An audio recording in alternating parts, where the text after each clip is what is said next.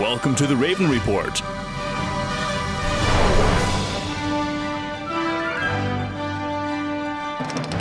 Welcome to this week's Raven Report. My name is Bruce Bennett, film critic for the Spectrum and Daily News and madaboutmovies.org.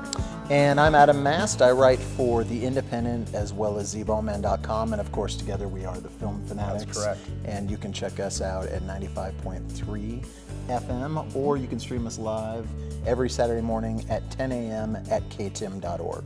And this week, Adam, we're going to be profiling a few featured films that are part of the Doc Utah Film Festival. And in upcoming weeks, you'll be able to check some of these films out. And we'll talk a little bit about the movies in detail so that you know kind of what to expect when you go see these movies. And the first movie we're going to talk about is Beast Wishes. Tell us a little bit about Beast Wishes, Adam. Well, let me tell you something. If you are a genre film fan or a fan of movie memorabilia or into Comic-Con or any of that kind of stuff, you are check. You are going to. This movie is for you. It's a story about Bob and Kathy Burns, who I guess we could consider them the world's first super fans. Is that fair to say? Yeah, definitely. They're definitely groupies.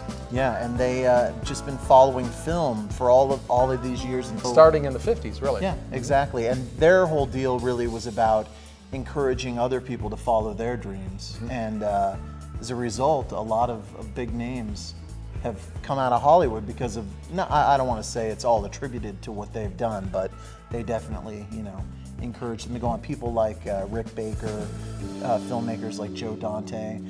So yeah, if you're a genre film fan and you're into that sort of thing, this movie's for you. And obviously, I found it instantly relatable. Yeah, well, Comic-Con Bob and Kathy started out as lovers of horror and science fiction movies, and so they find themselves just being involved in very low-budget B-movie films.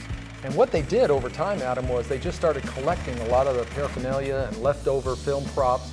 And next thing you know, huge collection. It has a world-renowned collection, and in the process, because of their sweet personality and the kind of people that they are, they made a connection with a lot of people who were just starting off their career, and Adam named some of the names. And so they just became very, very well-known in Southern California and eventually everywhere.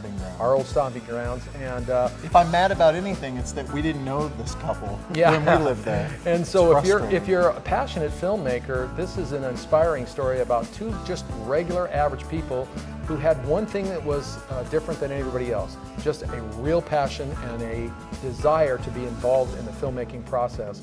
And that what started out as just a love of films 60 years ago has blossomed into a really fascinating story. This is going to be a fun one to watch with a crowd. And Rick Baker and Joe Dante and all you filmmakers out there, if you're watching this, we want you to come out and watch this movie with us. Yeah, it was great. And the name of that film again is Beast Wishes. The fantastic world of Bob and Kathy Burns. So watch for it here at the Doc Utah Film Festival, which takes place September 5th through 9th here in St. George, Utah. And signing off, I'm Bruce Bennett, film critic for the Spectrum and Daily News and madaboutmovies.org. And I'm Adam Mast, writer for The Independent and ZBowman.com, and together we are the Film Fanatics.